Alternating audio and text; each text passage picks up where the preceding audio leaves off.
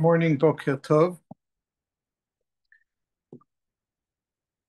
So we are way in the middle of the book of Shmuel, and I want to discuss Shmuel as a character today. Now, Chazal, when they discuss Shmuel, they see Shmuel as Rabban Shel Kol HaNevi'im. That is how Chazal refer to Shmuel, the rabbi of all the prophets. Now, that's quite a way of treating him, but they see it even as more than that. But before we get to Chazal, let's look at psukim in the Tanakh itself. We all are familiar with the verse in Tehillim. Moshe ve'Aaron bekohanav u'Shmuel bekorei shmo korim el Hashem vehu ya'anen. Now, this pasuk draws a line from Moshe, Aharon to Shmuel. We have three leaders in the same pasuk. So it says there is something about these leaders so Shmuel fits together with Moshe and Aaron, the greatest leaders of Am Yisrael. Then we have an even greater pasuk in Yirmiyahu that says, it's actually within a story where Hashem tells Yirmiyahu, don't pray to me. I don't want you to pray any good about Am Yisrael. And then Hashem wants to show how much he doesn't want to listen to the praise. So he says to him, Vayomer Hashem Elai. Hashem tells to Yirmiyahu in Perek Tetvav, Pasuk Aleph, Im Ya'amod Moshe u'Shmuel lefanai, ein nafshi el ha'am hazeh, shalach me'al panai ve'yetzeu. He says, even if someone will pray like Moshe and Shmuel, I wouldn't listen. So here we have Moshe and Shmuel in the same sentence. So there is something. Moshe is our greatest leader. He's our national founder. He founded us as a people, and we have Shmuel compared to him in the same pasuk. And in fact, in the previous pasuk, in the pasuk in Tehillim, then Chazal tell us that Moshe ve'Aaron bechonav u'Shmuel bekorei shmo. Chazal understand this to mean that Shmuel is greater than Moshe and Aaron, because Moshe and Aaron are on the one hand, and Shmuel is on the other. So Shmuel is shaku like both of them together. So he's greater than Moshe and Aaron when they are alone. So Shmuel is seen according to this mishpat. Well, Shmuel bekorei shmo, so that will ruin the parallel a bit, but it doesn't matter. But what matters here is that Chazal see that Shmuel is greater than any other leader that was before. And my question is, and this is what I want to explore in the following few minutes, why is Shmuel so great? So if someone would have asked us, who are the greatest leaders in Tanakh, we would all count Shmuel, no doubt. He's one of the greatest. He's the founder of the Melucha. He did many other great things. But why is he seen as so great by Chazal, as he stands up there together with Moshe and Aaron, the founders of the Jewish people?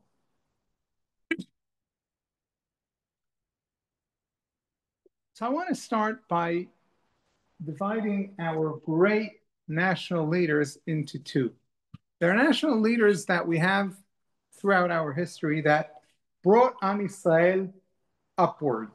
So we have Moshe Rabbeinu. We were slaves in Egypt. Moshe Rabbeinu takes us out of Egypt. We have Yoshua. We're wandering in the desert. He brings us into Eretz Yisrael, helps us settle.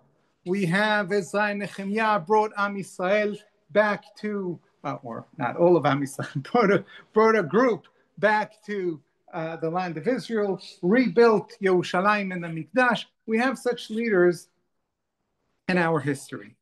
Then we have another type of leader, a type of leader that didn't necessarily take the people from a situation and bring them to a greater situation, but maybe even did the opposite, but they're still considered great. So I'll bring one and then I'll bring another. Think of Rav Saadia Gaon. He is the end of the Geonut. After him, there are still Geonim in Bavel. So up until his time, for a very long period of centuries, the leadership of the people was centered in Babylon, in the two, and was embodied by the Reish Galuta, the head of the exile, and the two yeshivot and their heads that were called Geonim. After him, there was still a Reish Galuta. There were still Geonim, but they no longer hold that great power that they had before. Now the people of Israel, basically, each community is more or less on its own. There isn't that central authority that was there before. And in that sense, Rav Sadia Gaon is the end of an era. And whether he liked it or not, he started a new era where things are not as centralized as they were. But he also gave us something, and that is he opened, up until the time of Rav Saadia Gaon, if you weren't in the milieu of the Geonim, then you couldn't write your own halachot.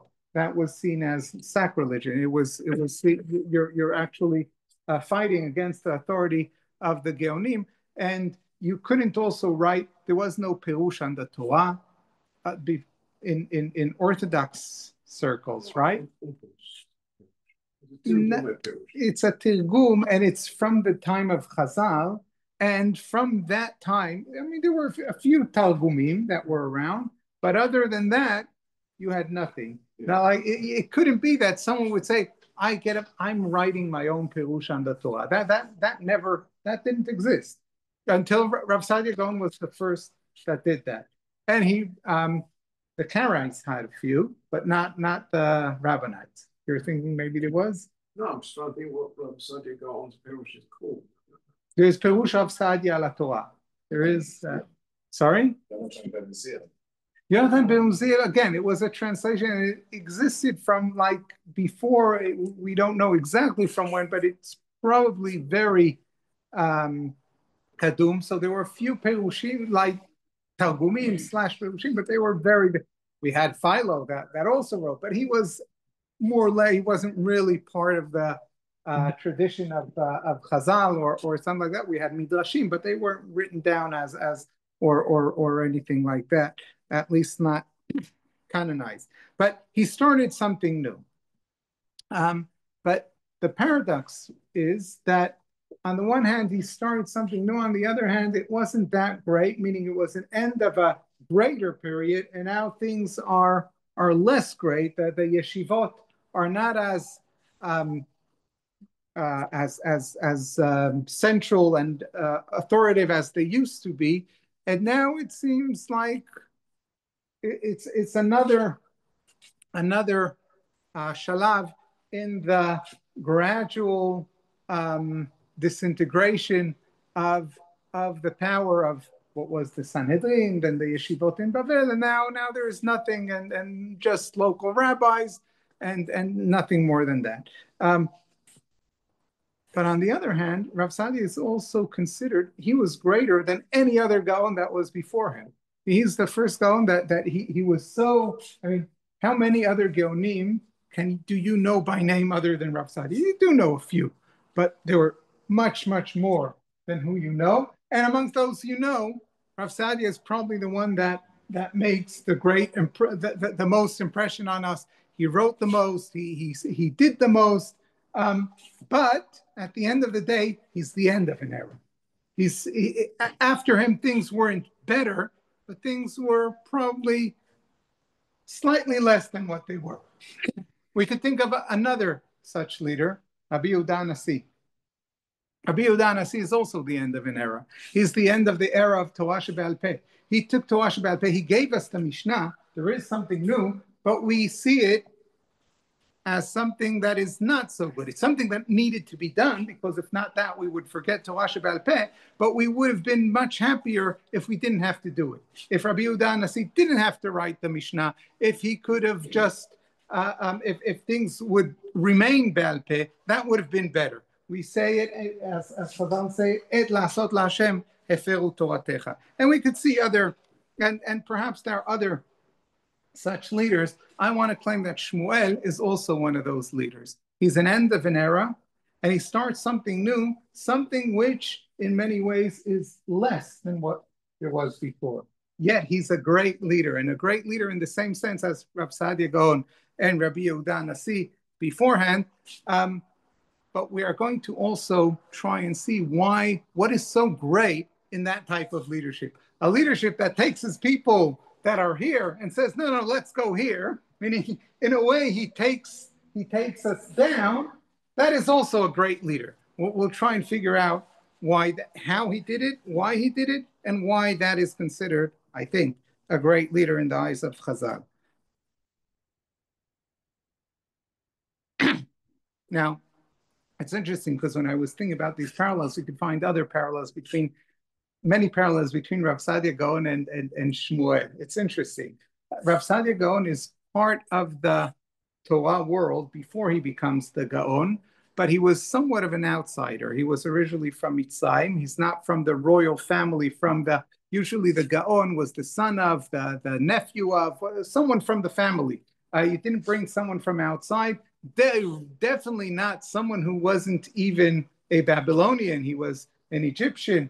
That never happened. And Rav Sadia Gaon comes from the outside, like Shmuel, that is somewhat connected, meaning his father and mother come every regel to the Mishkan, and they eat there, and they're part of that world, but they're not part of the leadership of the world. They're not Eli. They're not his children. And Shmuel, in a way, is in opposition to Eli. Right? He comes and he tells him about the bad things that his children are doing. And so in a sense, he's somewhat of an outsider that then becomes the next leader, like Rav Sadia Gaon, who was also somewhat of an outsider that became the leader. What is also interesting, when I was thinking of Shmuel as an opposition, it's not the first time that you have a Levi standing in opposition. Shmuel was a Levi, and soon we'll see how we know that, standing in opposition to the Kohen, to the Kehuna and the Kohen Agadol. We have, when was the time in history that we had something like that? We had Korach standing against Moshe and Aharon. And it's not by chance, because Eli is a descendant of Aharon, and Shmuel, so we are told in Divrei Hayamim, and we won't look at it. You could look in Divrei Hayamim Vav, Psukim, starting with Pasuk Yudchet onwards.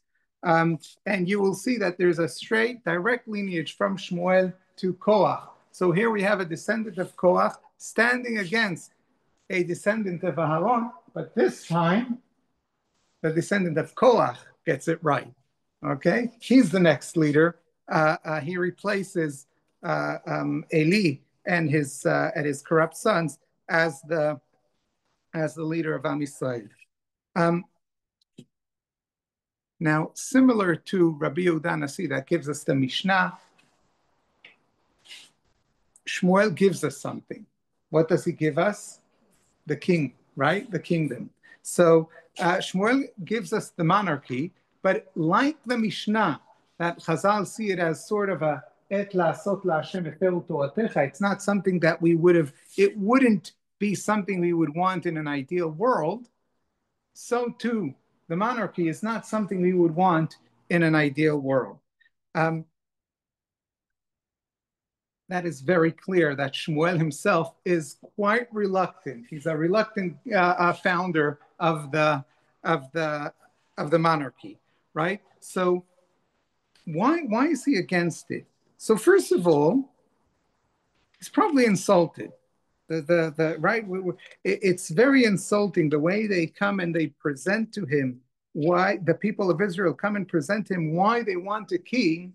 Is, if we look in Perek Chet, Pasuk Hey, so Kol Ziknei Israel, all the elders of Israel come to Shmuel, Vayavo el Shmuel haramata, Vayomru elav, Hine ata zakanta. Okay, so first of all, who comes to Shmuel? Ziknei Israel, the elders of Israel. So why do they come and not the youngsters of Israel? Because the elders are the leaders, right? So where are the elders? Where are the leaders? And they say, you can't be the leader. Why? הנה אתה זקנת, you are old. What do you mean I'm old? You are old. Yes, that's what we are, right? We are zkenim. Okay, but maybe they mean you're old and therefore you're going to die. Okay. ובניך לא הלכו בדרכיך, אתה שימה לנו מלך לשופטנו בכל הגויים. Your children, your sons are like Eli's sons. They're not walking in your ways. They're also corrupt, as we were told just before. We want a king ככל הגויים. וירא דבר בעיני שמואל כאשר אמרו תנה לנו מלך לשופטנו והתפלל שמואל אל השם. He doesn't like it. But then Hashem's answer shows us that Shmuel, probably not Shmuel, but definitely not Hashem. Hashem also doesn't like the idea. Why? ויאמר השם אל שמואל שמע בקול העם לכל אשר יאמרו אליך כי לא אותך מעשו כי אותי מעשו ממלוך עליהם. He tells Shmuel, don't take it personally. It's not you they don't want, it's me they don't want. And therefore listen to them. Therefore listen to them? What does that mean? If they don't want Hashem, why listen to them? That's a bad thing. So, but first of all, what is it that they don't want? So Hashem says, ככל המעשים אשר עשו מיום העלותי אותם ממצרים עד היום הזה, ויעזבוני ויעבדו אלוהים אחרים, כן הם עושים גם לך. He says the same way they have left me and they don't want to serve me and they go and serve other gods, so too they don't want you now. So meaning, not wanting a shofet, but wanting a king is like avodah zarah. In what sense? Why is it like avodah zarah? So in Perek Yud Bet, I think Shmuel explains to the people why it is like avodah zarah. If you look in Perek Yud Bet, then Shmuel tells them, after he says, I haven't done anything wrong to you, and they say, you're right, you didn't do anything wrong to us. And then he says, Vayomer Shmuel el ha'am, in Pasuk Vav, Perek Yud Bet Pasuk Vav. Shmuel tells the people, Hashem asher asa et Moshe ve'et Aaron v'asher ela et avotechem be'eretz Mitzrayim, ve'ata ityatzvu ve'ishafta itchem lifnei Hashem. He summons them to a judgment before Hashem. Hashem is going to judge us. את כל צדקות השם אשר עשה איתכם ואת אבותיכם, כאשר בא יעקב מצרים ויזעקו אבותיכם אל השם, וישלח השם את משה ואת אהרון, ויציב אתכם ממצרים, וישיבו במקום הזה, וישכחו את השם אלוהיהם, וימכור אותם ביד סיסרא צבא חצור, ביד פלישתים, ביד מלך מואב, וילחמו בם, ויזעקו אל השם, ויאמרו חטאנו, כי עזבנו את השם, ונעבוד את הבעלים ואת העשתרות, ואתה הצילים מיד בנים, וישלח השם את ירובעל, ואת בדן, ואת יפתח, ואת שמואל, ויצל אתכם מיד אויביכם מסביב ותשבו בטח. Meaning Shmuel says, listen here, there was always a pattern. And the pattern was that you were in trouble because you were doing wrong. And now you screamed to Hashem and Hashem brought a shofet that saved you. So meaning you had a direct line with Hashem. When you did right, Hashem was with you. And when you did wrong, Hashem wasn't with you. And you had to do tshuva, cry to Hashem, and Hashem would save you. Now, ותראו כי נחש המלך בני עמון בא עליכם ותאמרו לי לא כי מלך ימלוך עלינו והשם לוקחכם מלכיכם. And now you have Nachash bnei Ammon, so what would be the natural thing to do? To cry to Hashem. But you didn't cry to Hashem. You came to me and you said, we want a king. ועתה הנה המלך אשר בחרתם אשר שאלתם והנה, okay. And now he says, okay, so you have a king. But what is the problem with the king? The problem with the king is that you are circumventing your direct connection with Hashem. Meaning, and this I think comes back to the book of Dvarim. In the book of Dvarim, Moshe Rabbeinu describes Eretz Yisrael to the people, and he tells them that Eretz Yisrael, it's Eretz Asher Einei Hashem Elokecha Ba Merishit ShanaVad Acharit Shana. It's not like Eretz Mitzrayim Asher Kegan HaYarak. What is the difference between Egypt and Israel? In Egypt, you always have water. The Nile flows regardless. So you never have a situation where you have to scream to Hashem for something because you are economically your economic situation is always sound because you don't depend on anything that might come or might not come. The same has to do with the monarchy, meaning when you have a system that is there to protect you, you have a king, that means a strong army. You have a strong army, that keeps the enemies at bay. You don't have to scream to Hashem. It's almost like living on the Nile in the same sense. So meaning when the children of Israel come into the land of Israel, it is the land of Israel because the land of Israel doesn't have great rivers. Hashem doesn't want us to be where there are great rivers because he wants us to have this direct connection to him. We need the rain, so we need to constantly dive into Hashem and be in good relation with Hashem in order for us to get the rain. Similarly, Hashem also doesn't want our governing structure to be so that we always have a strong army and we don't need to scream to Hashem when the enemies come to us because we could take care of ourselves. We have a king, we have an army, and thank you Hashem, everything is okay. So Shmuel says, by the fact that you're asking a king, you're basically asking to build a structure that alleviates your need for having a direct connection to Hashem, and that's why he doesn't like it. Then in his second drasha to the people, in Perek Yud Gimel, is it Perek Yud Gimel? I think it was.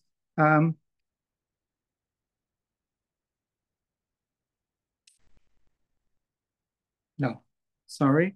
In his next. No, it's the end of the event.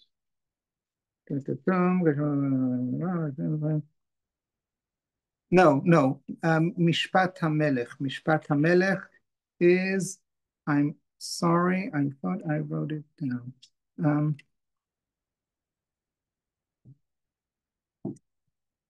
Oh no, it's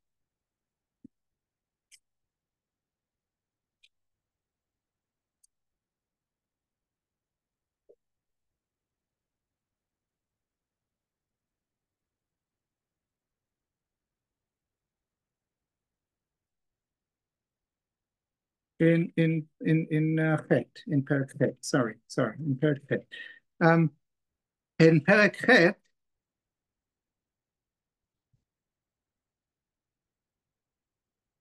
Well, that's the first one. yes. The one you said before. Right. That is the first one. I'm going back to the first one. So in the first one, we see that there is another problem, and that is the freedom of the people, right? So he says it in order to scare them, but from that we see another issue, right? We know from Chazal that Chazal that talk about the psukim from the idea of Eved Ivri, etc. Why is it that the ear of an Eved Ivri is pierced? Because Ozen Sheshama Be'al Sinai Avadayetem Velo Avadim Be'avadim Teratza. And here, what are Am Yisrael asking from Hashem? They're asking for a master. Atem tiyu lo la'avadim. This is what Shmuel is telling the people. If you look in Perek Chet, then Shmuel is saying, ויאמר זה יהיה משפט המלך אשר ימלוך עליכם, את בניכם ייקח, ושם לו במרכבתו, בפרשה, ורצו לפני מרכבתו. He'll take your sons and make them to run in front of his chariots, ולשום לו שרי אלפים ושרי חמישים, ולחרוש חרישו, ולקצור צירו, ולעשות כלי מלחמתו וכלי רכבו. He'll need, first of all, he'll force them into the army. Then he'll force them into labor, into working and manufacturing things that he needs for building that army. And he'll take your daughters. He'll also take that they will also be part of the great system that he needs for governing. And then eventually he'll take it and everything, and he'll give to his own servants. And this is what you want, says Shmuel to the people. Now, why would the king do this? What Shmuel is saying, it echoes something that there is an ancient Chinese, I forgot his name, but we all know, he said that petty criminals are thrown into prison, but the great criminals are the leaders. Yes, are those that lead the people. Meaning this is what Shmuel is saying. He's saying, you are worried Why? Because all the Ammon and Moab are coming, and they're taking your children, and they're taking your crops, and they're taking everything. So what do you want? You want a king that will save you of all of them. Okay, the king will come to save you of all of them, but in order to do that, he'll take your children, he'll take your crops, he'll take everything. So what do you? But I think he's also alluding to something else. The idea of being bnei chorim, of being free people, is a key element to Bnei Israel from the day of we came out of Mitzrayim. Ki li bnei Israel avadim velo avadim la'avadim, and this is what Shmuel is telling them. You want to be servants, and that is not good. You have to be free people. And one of the nice things about Kufat HaShoftim is that people were free. Now, being free puts a great responsibility on each and every individual, and that is very difficult to live with because things can go wrong. Because if individuals are in charge of themselves, so a few individuals would go astray, and then everything, it creates anarchy and a balagan. But if there's a king that forces them into line, then everyone is together and everything is okay. But there is a great price that we pay for it, right? It reminds us of Hobbes, right? Of the, how do you say the Amanah is Amanah HaChevratit in the Leviathan, right? Social contract. The social contract, yes. So Hobbes talks about the social contract in Leviathan. He says, what is it? He says that people are in the state of anarchy, then there is a lot of balagan. So people, they give up their freedom to a king that will subdue them all, but overall it will be good because things will be at least in according to law and order. And it seems like this is what Shmuel, the people are asking for, and Shmuel is telling them exactly what it will be like, and he is telling them it is such a harsh way that he afterwards. Now Hashem told him already before he's telling this in Perek. Hashem already told him, don't give them what they want. It's not good, but still give it to them. And we'll soon get back to it. Why if it's not good, why still give it to them? But Shmuel scares them so, but Hashem tells them, but just tell them what it means. Tell them Mishpat HaMelucha, right? That is what he says in Perek Chet, Pasuk Tet. Ve'ata shma bekolam, listen to them, to the people, give them what they want. But warn them and tell them what it means to have a king. What would be Mishpat HaMelech? And this is what Shmuel does. Now, Shmuel might think that this is a trick of Hashem, meaning, okay, I'll give it to you, but just know what it means. And then the people will say, oh, no, please don't. Okay, we give it. Now, why do I say that? Because after Shmuel tells them what this whole Mishpat HaMelech, then in Pasuk Yutet, I'm still in Perek Chet, yes? Perek Chet, Pasuk Yutet, וימאנו העם לשמוע בקול שמואל, ויאמרו לא, כי מלך יהיה עלינו. They say, whatever you say, we want the king. והיינו גם אנחנו ככל הגויים, ושפטנו מלכנו, ויצא לפנינו ונלחם את מלחמותינו. We want exactly that. וישמע שמואל את כל דברי העם. Now, Hashem already gave him instructions. What should he do now? He say, okay, let's get a king. וידברם באוזני השם. He goes back and he says, Hashem, they want a king. Yes, we know that. And Hashem already told him what to do. He said, listen to them. But here, because he might have thought, once they'll hear what this king will do to them, they won't want a king. It makes no sense. But no, they want a king.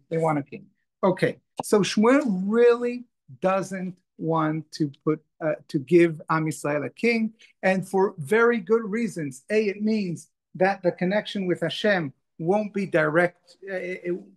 It won't be the same anymore because they're not in the hands of Hashem, they're in the hands of the king. If you want, the king is now they have a secular leadership, meaning until now they had religious leadership, and religious leadership means Hashem. And when they're in trouble, Hashem sends a shofet and saves them, and there is a great a symbiotic relationship between their situation and Hashem and everything. But now their life, they're going to be, the state is going to be a secular body that has nothing to do with Hashem, at least not in a direct sense. Since we'll see it does have something to do with Hashem, but not in the direct sense. And that is something that Shmuel doesn't want. That is the first thing. Then the second thing is that you're losing your freedom, and that is also not good. We want free individuals because probably also that means having a direct relationship with Hashem. A king is not only someone that will say that I don't have a relationship with Hashem, but it's also he's your master now and not Hashem. My question is, even when they had Shoftim, the Shoftim were also sort of secular leadership. I mean, Gidon, Shimshon, they weren't really... Very good question. Very good question. I'm going to relate to that. Very good question. Okay. Now, so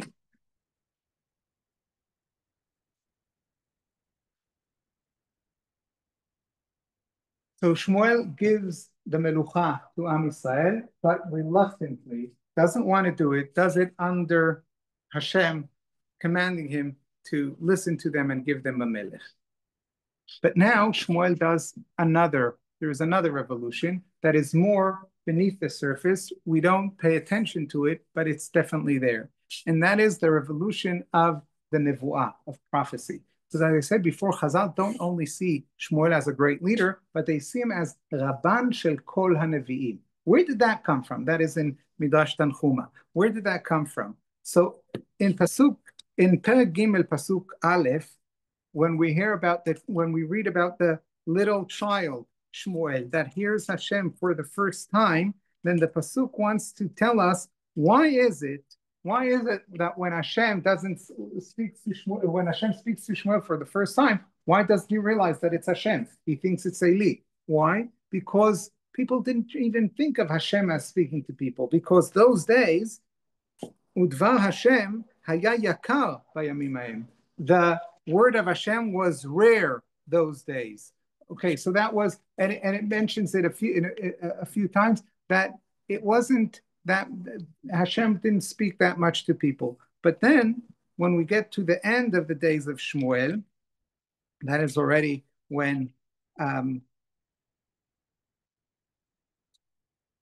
Shaul is chasing David, we have an interesting scenario in Perek Yutet, Pasuk Kaf. So you remember that story? So Shaul is chasing David, and at a certain point, David might be, so Shaul sends messengers to take David, but then they run into a group of Nevi'im in Pasuk Kaf, Perek Yutet, Pasuk Kaf. Vayishlach Shaul malachim lakachat et David, vayaret la'akat haNevi'im nib'im u'Shmuel omed nisav aleim. They have a flock of Nevi'im, and Shmuel is standing there, yes, as their leader, as their teacher. Vatiyal malachei Shaul ruach Elohim veitnabu gam hema. And then the messengers of Shaul are carried away by the nevuah there as well, and they start being nevi'im as well. And then Shaul sends more messengers, and they all turn into are taken by this nevuah. And finally, Shaul himself comes, and Shaul himself is also caught in that nevuah, right? In Pasuk Avdalit, ויפשט גם הוא בגדיו, ויתנבא גם הוא לפני שמואל, ויפול ערום כל היום ההוא וכל הלילה, על כן יאמרו גם שאול בנביאים. This is interesting. What did nevuah exactly mean? He was taking the clothes, lying there naked. Well, it's probably that this nevuah academy was probably not a Beit Midrash in a yeshiva. Yes, it was. I don't know exactly what they were doing, what kind of meditation, what kind of ecstasy it got them into. I don't know if it was exactly a Mesivat Azra, but sorry? Mushrooms? Not everything has to be physical. It could be spiritual. It could be that you attain the same thing through other ways, but it was definitely not. Yes, it was altering one's consciousness in many ways that made it that they didn't want clothes anymore. They wanted to be maybe okay, whatever it meant. Okay, but what I want to show us is the change from when Shmuel is a kid to when Shmuel is an elder.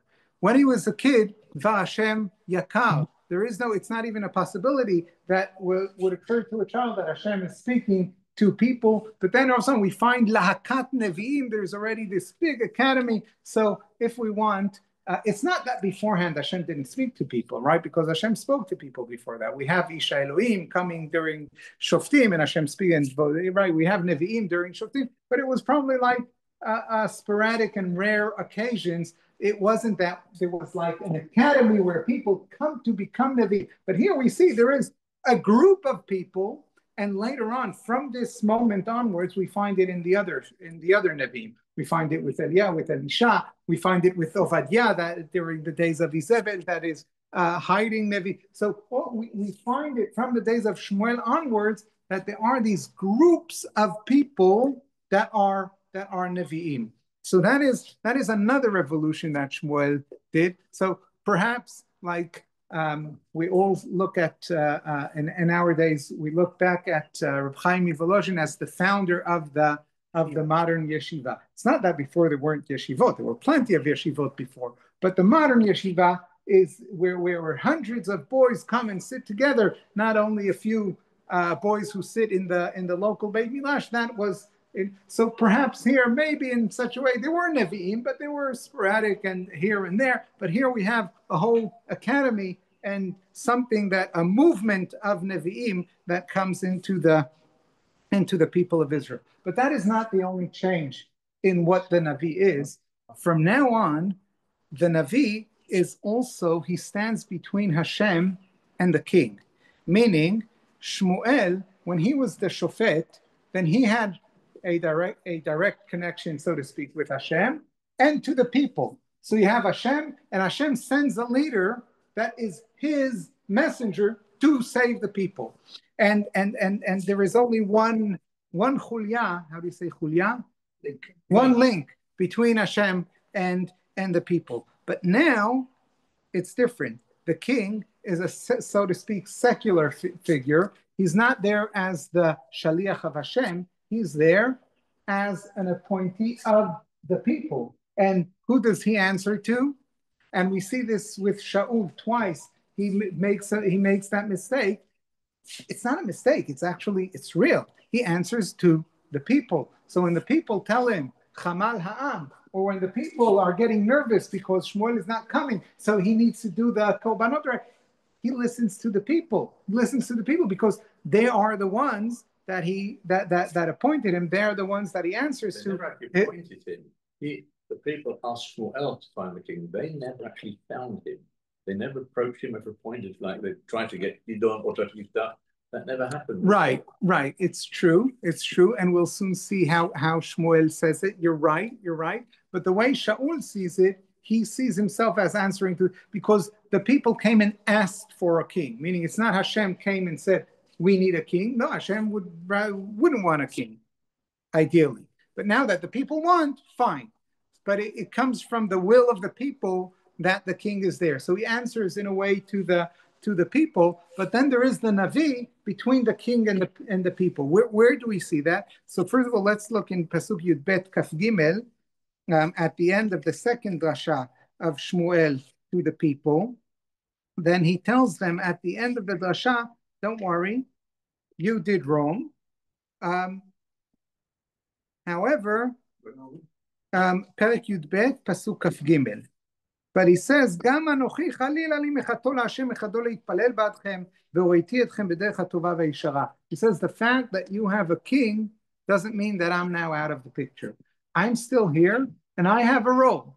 I'm still davening to Hashem for you and teaching you to go in the right way. So now the people of Israel all of a sudden have two leaders. There's the secular leader and there is the spiritual leader. That what is his role now is leitpalel and lehorot, right? That is what. So there is this new tafkid that comes into the world because the leadership is not a direct leadership from Hashem. There is this spiritual leader that is near him, but also he has another role, and that is between the king and the people. In Perek Tetvav, the first pasuk, Perek Tetvav pasuk Aleph, there's a very interesting altercation between Shmuel and Shaul. Shmuel comes to Shaul and he says, "Vayom Shmuel el Shaul, oti shalach Hashem lemoshchecha lemelech al amo al Israel, ve'ata shma lekol divrei Hashem." This pasuk makes no sense. Okay, it would make sense. It would say, "Vayom Shmuel el Shaul, oti shalach Hashem lemoshchecha lemelech al amo Israel, ve'ata shma lekoli." Right? That would make sense. Or, "Vayom Shmuel el Shaul, Hashem meshachacha lemelech, ve'ata shma lekol divrei Hashem." But he says, Hashem sent me to make you king, and therefore listen to Hashem. Why did you mention you at the beginning? Why did you mention yourself at the beginning of the pasuk? If the point is you want Shaul to, so you say Hashem sent me to put, not me Hashem sent, but Hashem sent me. So there's something wrong here with the pasuk. So I think what Shmuel is saying here in this pasuk is that Shmuel is telling Shaul, until now what happened? When Hashem wanted to speak to the leader, he came and spoke to the leader. But now he's not coming to speak to you. He's coming to speak to me, and you're listening to me. You know why? Because Hashem sent me to make you a leader. He didn't come to you and tell you you are the leader now. He came to me and told me you are the leader. So now any messages that he has to give you, he's going to give you through me. I'm your conduit. I'm sorry? Conduit, is that the word? I'm your conduit to Hashem. Thank you. Now here there is a new tafkid of the Navi, and we find it later on. We have Gad, we have Natan, Yeshayahu, Yirmiyahu, definitely as the Navi standing between Hashem and the king. At first it might be as an advisor, as someone, but later on it's more as a mevaker. How do you say mevaker? As a critic of the king, meaning the king, when he goes according to Hashem, everything's fine, but when he doesn't, there's the Navi there. It's the first part. Maybe somewhat. Yeah. Maybe. Yes. There is somewhat of a separation here between church and state. Not exactly, but somewhat the beginning, and that is why Shmuel is not happy about it. And Hashem also thinks it's somewhat of why is it avodah zarah? Because you're separating here from Hashem in a way. You want a secular thing. You don't want Hashem. Okay.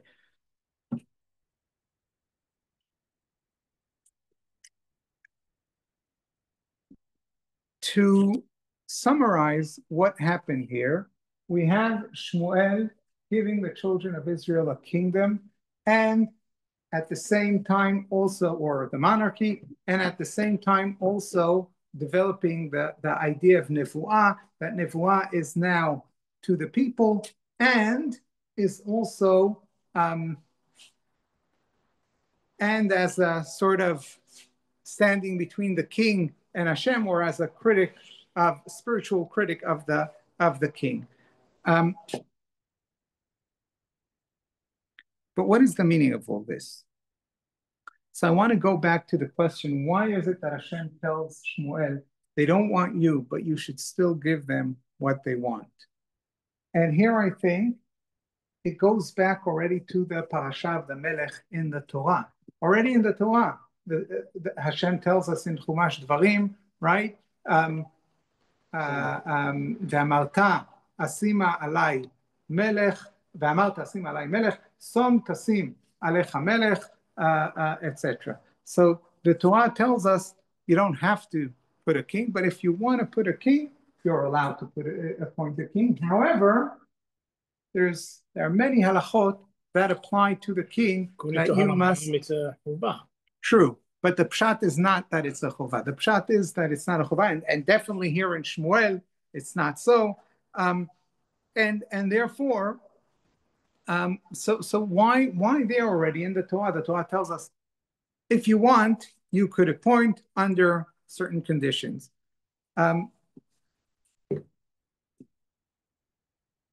There is a famous Ramban in his book Torat HaAdam, in Shar HaMichush. He has a whole book about sickness, death, and mourning. And in the part about sickness, he talks about the idea of going to doctors, which is not an obvious thing to do, because if you have an illness, well, you go to Rofech Ol Basar, you go to Hashem and you daven. And says the Ramban, really, if we were in the right spiritual level, that is what we should have done. But we're not there. We're not there.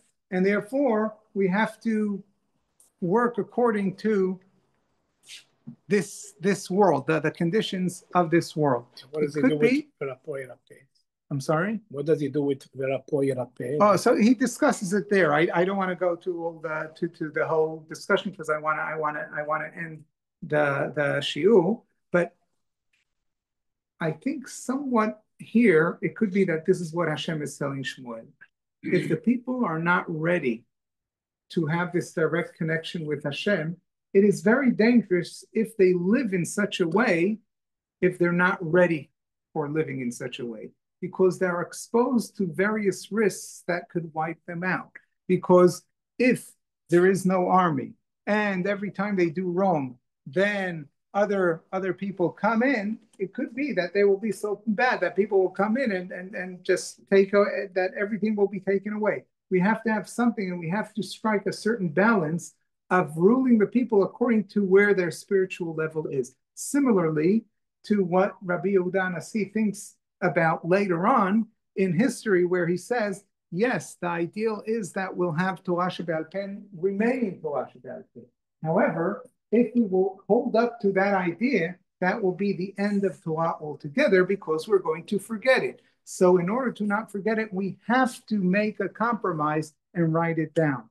It's not the ideal, but we are not able to live that ideal. So Hashem tells Shmuel, for whatever reason, the ideal is that there is no king. The ideal is that people are free, each individual living his own life, having a direct connection to Hashem, and the whole people together having a direct connection to Hashem. That is the ideal. But for whatever reason, the people are not ready for that ideal and are not able to live according to that ideal. They have to have a king. And therefore, because they want to have a king, they have to have a king, because that's the level that they're on. And therefore, you have to give it to them. However, you give it in such a way that it's done in a way that is good. And I think the nevuah that Shmuel brings up is sort of an answer to that problem. Meaning, there isn't this situation where everyone is living as free people and everything is wonderful and everything is good. There is a king, but so where does our freedom and direct connection come to play a role?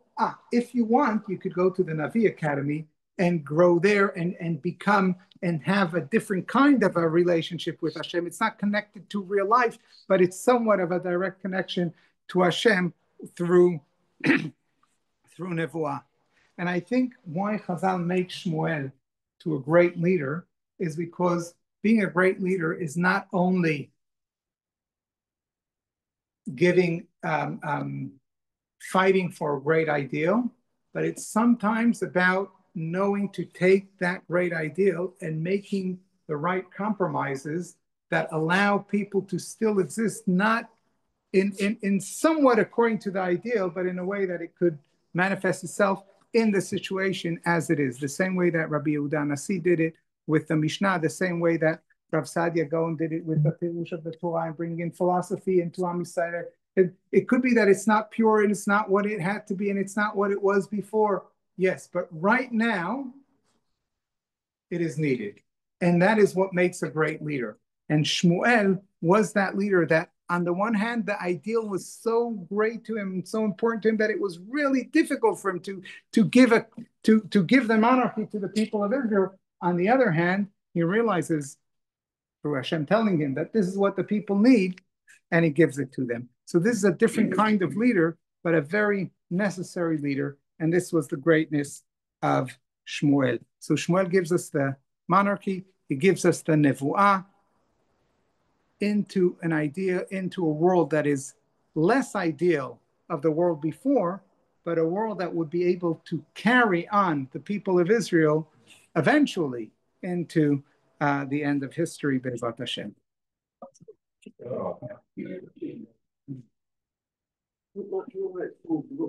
Because he sort of disappeared.